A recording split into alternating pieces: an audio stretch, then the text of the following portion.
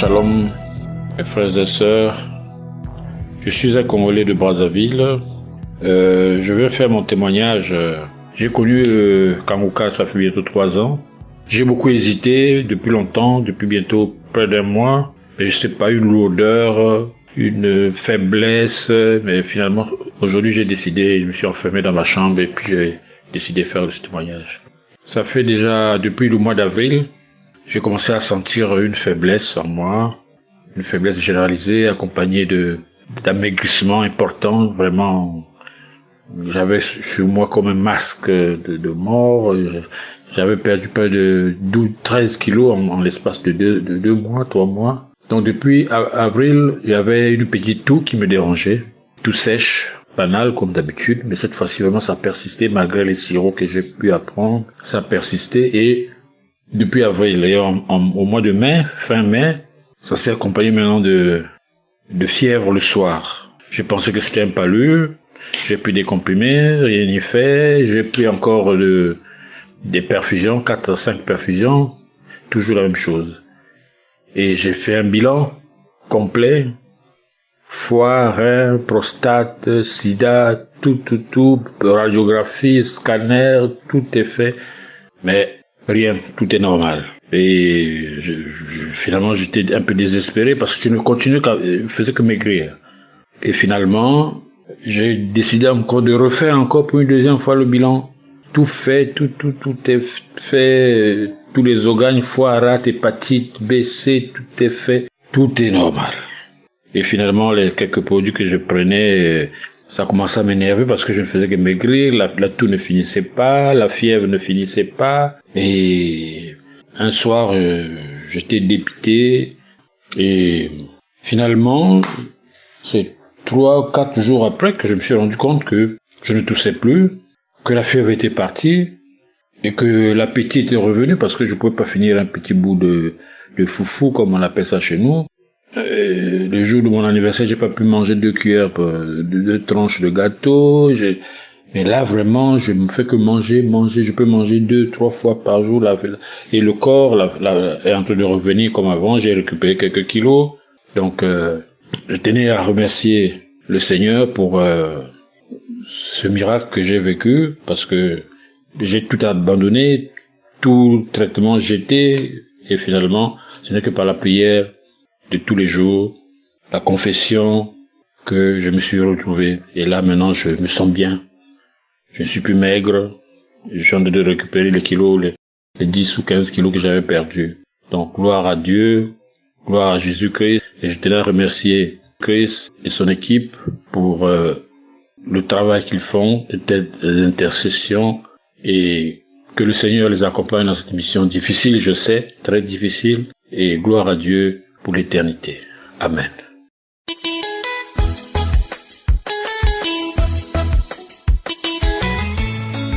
Bonsoir la famille Kanguka. Je suis une maman ivoirienne qui réside en France. Et voilà mon témoignage. Je viens dire merci à Dieu. Je viens ce soir pour dire que j'ai souffert, tellement que j'ai souffert. J'avais des problèmes de cheville. C'est une amie qui m'a donné l'émission, les audios de Kanguka. Dieu merci. Au début, j'avais refusé, mais en fin de compte, je me suis dit que il faut que j'écoute quand même. Même si j'écoute, si c'est pas ça, c'est pas obligé de continuer. Et c'est comme ça que j'ai écouté. Et puis, j'ai vu que mes chevilles sont guéries. Il y avait la peau qui se soulevait comme un serpent qui mue. Bon, ça, c'est premier. Deuxième, d'abord, on m'avait diagnostiqué le diabète. J'avais eu le diabète. Je suis guérie du diabète. Dieu merci. J'ai tellement de témoignages que je suis obligée de tout raccourcir. Parce que si je veux continuer, on ne pourra pas quitter ici aujourd'hui. Et après ça, j'ai eu ma guérison. Et j'ai ma sœur qui était malade. Elle avait maigri, même dans son lit. Si tu fais pas attention, tu vas t'asseoir sur elle. On ne la voit même pas dans son lit. On ne la voyait pas dans son lit. Et au début, je n'avais pas compris. Je passais tout mon temps à pleurer. Je pleurais parce que j'ai dit, c'est ma sœur. Si quelque chose d'autre arrivait, qu'est-ce que j'allais faire? Qu'est-ce que j'allais devenir? Et c'est ça. J'ai envoyé l'émission Kanguka. Je me suis rappelé. J'ai dit, il faut écouter ça. Elle a écouté je peux dire 2 ou 3 jours. 2 jours même, c'est trop. D'abord, elle a tellement vomi. Elle a vomi, elle a vomi, elle vomit. Il n'y a rien qui sort. Bon, comme elle ne mangeait pas aussi, j'ai dit, bon, peut-être comme elle ne mange pas, c'est normal. Mais elle a vomi, vomi, vomi. Une nuit, elle a dormi dans son sommeil. Elle fait un rêve. Elle avait un bout de pain dans sa bouche. Et le bout de pain était attaché, était rempli d'asticots. Ça, c'était dans son sommeil. Donc, elle dit qu'elle a fait sortir les asticots là.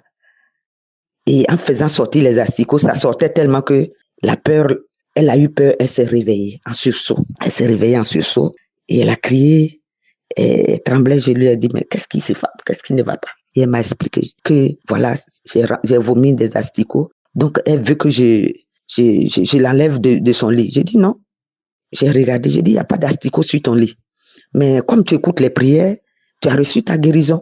C'est ça, c'est ce poison peut-être qui était dans toi, qui t'a rendu malade. Mais Dieu merci, comme on a écouté ensemble l'émission, voilà que tu es délivré, tu es guéri. Bon, et puis je dis Dieu merci. Et après, elle m'obligeait souvent à aller dans les églises. Là, en France, ici, on a dormi par terre, on est resté dans l'église de la nuit jusqu'au matin, des jours, à chaque semaine. Et quelquefois, j'ai dit, je suis fatiguée. Donc, elle s'énerve. Pourquoi j'ai dit que je suis fatiguée, je ne vais pas aller à l'église. Attends, je dis, bon, je la suivais comme ça, sans y mettre mon cœur. Et la dernière église, quand on va au retour à la maison, la nuit, je n'arrive pas à dormir. Je suis poursuivie par les animaux féroces. Je suis poursuivie. Je suis dans des endroits que moi-même, en réalité, même en temps normal, je ne peux pas passer par là, je ne peux pas marcher là avec sans chaussures. Mais je le faisais dans le rêve. Je souffrais dans mon sommeil. Bon, ça, c'est un autre cas. J'ai écouté Kanguka. Tout ça, c'est parti. Et j'ai mes filles. Il y a l'autre qui devait se marier. Et c'était comme si, oui, le mois prochain, non, après, j'ai dit, suis émission Kanguka. Elle a suivi Kanguka. Elle a reçu son mariage. L'autre aussi, elle a reçu quelqu'un. Je vais rentrer bientôt au pays pour la dot. Dieu merci. Et après, j'ai ma petite fille qui était un peu malade et il y a un médecin qui l'a piqué, qui a fait une piqûre, une injection. Et ça s'est mal passé. La jambe est devenue grosse comme une bouteille, comme un gros seau. Une petite fille de 5 ans. Et quand je dis à sa maman d'écouter, elle me dit, le docteur dit, tout ce que je vais dire, elle me dit, le docteur, tout ce que je lui dis, elle me dit, le docteur dit. Maman, le docteur dit. J'ai dit, le docteur là aussi, quand toi je te parle là, tu parles du docteur. Tu me parles du docteur. Tu me parles de... Bon, d'accord. Et un jour, ça m'a énervé, j'ai dit à la petite fille, tu sais, Aurore, il faut dire à ta maman avant de dormir, comme j'envoie les émissions de Kanguka, elle n'a qu'à te faire écouter et puis tu vas dormir. En ce moment, la petite fille, elle se tourne, elle se retourne sur elle, elle ne sait pas comment faire. Une petite fille de 5 ans qui faisait tout, des fois, elle met sa main sur sa tête. Et en ce moment-là, moi, je ressentais la douleur dans ma poitrine ici. Et c'est comme ça. C'est comme ça que la petite fille a réveillé plusieurs fois sa maman ce jour-là. Et sa maman a mis Kanguka. En ce moment, la jambe là, elle était lourde. On ne peut même pas la lever, la soulever. Donc voilà que la petite fille a réveillé sa maman plusieurs fois. C'est sa maman même qui me l'a dit. Hein. Et le premier jour, elle a écouté. Le lendemain nuit, la jambe comment on appelle? Ça a été percé. Tout le drap, tout le lit, tout a été mouillé. Bon, ça va, Dieu merci. Après, ça a attaqué le genou. Le genou, ça a attaqué le genou. Le genou était plus gros qu'un ballon. Après, ils ont soigné avec Kanguka. J'ai dit, continue Kanguka. Après, c'est descendu jusqu'à sa cheville, jusqu'au bout de ses orteils. Plante des pieds. Quand c'est descendu là, c'est devenu noir comme si c'était un bois qu'on a mis au feu pour faire du charbon. Ses orteils, tout était noir. Jusqu'à même 2 orteils sont coupés. J'ai dit, si 2 orteils sont coupés, que tu as retrouvé la santé, Dieu merci. Ça, c'est l'avant-dernier. Et l'autre, c'est son père même qui travaillait pas. Et c'est comme ça, lui aussi. J'ai dit à sa fille, dis à ton papa d'écouter Kanguka. Dis à ton papa d'écouter Kanguka. Dieu a exaucé les prières du pasteur et puis tu es guéri. Elle dit oui. J'ai dit donc, dis à ton papa. Parce que quand moi je lui dis, il ne veut pas m'écouter. C'est comme ça, sa fille a dit, papa, tu as vu, je suis guéri. Et c'est comme ça, lui aussi, va te bénir. C'est comme ça, en écoutant Kanguka, lui aussi, Il a eu la chance, son oncle et son entreprise allaient le chercher pour lui donner, pour le mettre dans un endroit là-bas où il a commencé à travailler. Donc moi, je viens pour dire merci à Christ pour les prières, pour les paroles de Dieu. Il nous encourage tous les jours. Je lui dis merci. Que Dieu l'encourage toujours, Dieu le bénit lui-même. Qu'il soit béni, lui et toute sa famille. Toute l'équipe de Kangouka, soyez bénis. Les intercesseurs, soyez bénis. Tous ceux aussi qui donnent leur témoignage, soyez bénis. Je dis gloire à Dieu, gloire à Dieu. Merci pour la guérison qu'il nous a donnée à moi, à mes petits-enfants, à mes enfants. Où il nous a enlevés là. Même mon père qui biologique ne peut pas m'enlever là-bas. Même moi-même seul, si j'avais la force, mais je ne pouvais pas retirer mes enfants ou bien mes petits-enfants dans ce secteur-là. Je dis merci à mon Dieu, merci à mon roi. Merci.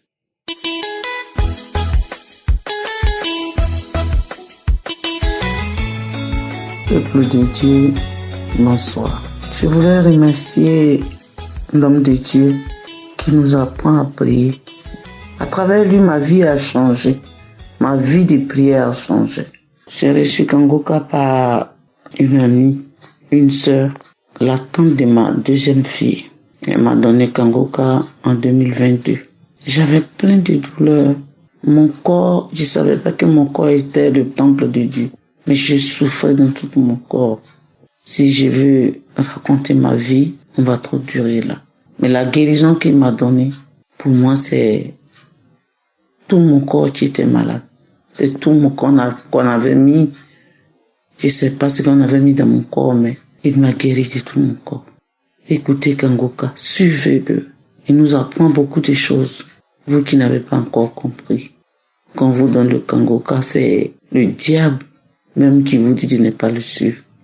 Je le remercie abondamment pour la guérison de tout mon corps, le diabète, la tension, le cholestérol, toutes ces maladies, ces douleurs, c'était pour moi. Et ma vie de prière a changé complètement. Les gens qui venaient m'attaquer, qui m'envoyaient des serpents, mais Dieu a guéri, m'a assuré. Ma vie, c'est la prière. Il m'a appris à quelle heure je dois prier. Ça m'a beaucoup aidé. Merci à lui. Si je vais raconter ma vie, ma guérison, on va rester ici longtemps. J'ai dit l'essentiel. Et je remercie aujourd'hui Christ qui est là pour nous. Je remercie aussi sa femme. Je remercie tout le staff, ses enfants. Que Dieu le bénisse abondamment pour tout ce qu'il fait pour ce monde entier. Merci Christ. Merci à toi que Dieu parle et on a la guérison. Tu as dit c'est pas toi qui guéris, mais c'est Dieu qui nous guérit. Merci à toi. Merci pour tout ce que tu fais pour le monde. Merci.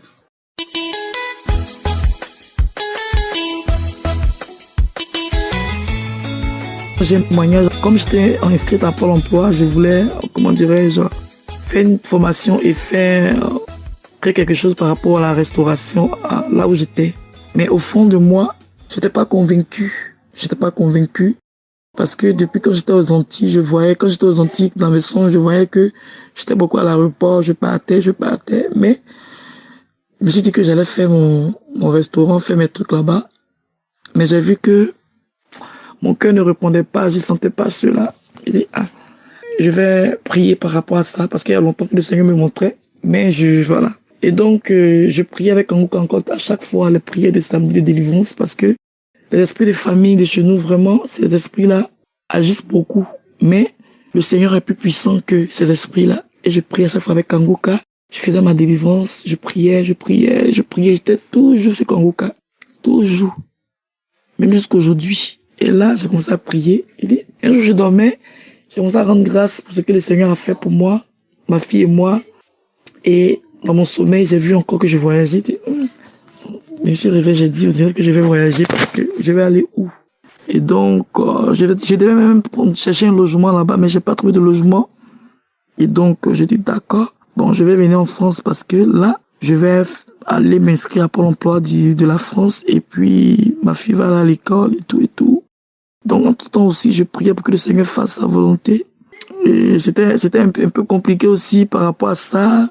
Vraiment, ça n'a pas été facile parce que je suis avec ma sœur aux Antilles.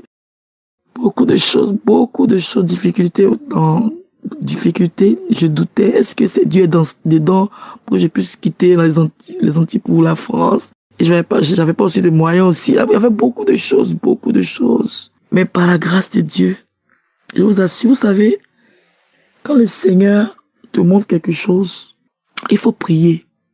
Il faut croire que le Seigneur va le faire parce qu'il n'est pas un homme pour mentir. Et j'ai prié. J'ai dit, Seigneur, ce voyage, que ta volonté se fasse. Parce que j'allais venir m'installer en France. Et vous savez un peu, pour quitter un endroit à venir, c'est pas facile, il y a des dépenses et tout. J'ai fait une demande par rapport à mon bon. Ça fait 1 mois, on me répondait pas. Pour que je vienne à ma fille. Ils m'ont pas répondu. Après, j'ai relancé encore par la grâce de Dieu. Le bon est sorti, ma fille et moi. Vraiment, il y avait un peu de complications. Mais le bon est sorti. Et je suis allé prendre mon billet d'avion par la grâce de Dieu.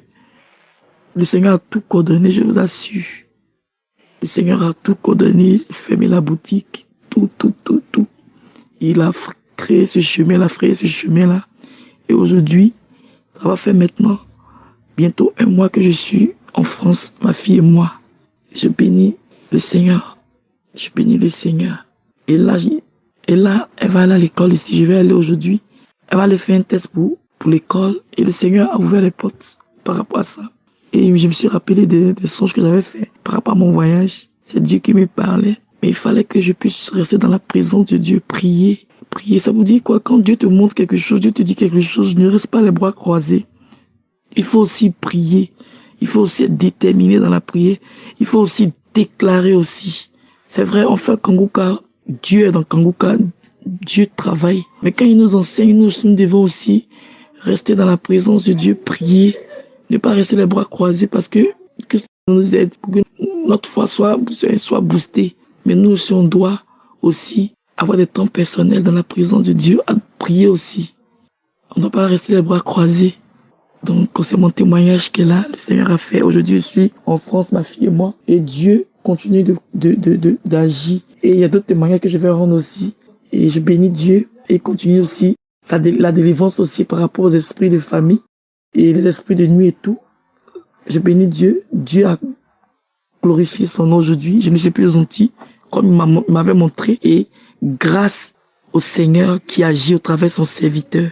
Dieu est dans Kanguka, je vous dis. Dieu est dedans. Et j'aimerais encourager mes frères et sœurs qui écoutent Kanguka. Persévérer dans la prière. Ayez des temps personnels. Écoutez les enseignements. Et mettez en pratique la parole de Dieu. C'est très important. Dieu est dans Kanguka. Et soyez encouragés. Je bénis ton nom qui bénisse vos vies au nom de Jésus.